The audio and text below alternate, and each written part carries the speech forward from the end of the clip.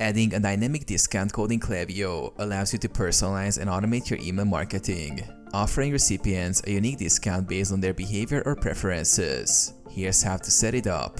Create a discount in Shopify or your e-commerce platform. Log into your Shopify account.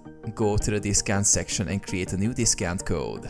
Ensure it's set to be automatic if you want it to apply without the customer needing to input it manually. Create a new flow in Klaviyo. Log into Klaviyo and go to the Flows tab. Click Create Flow and select Create from Scratch. Name your flow and choose an entry trigger. Add an email in the flow. In your flow, click Add Step and choose Email.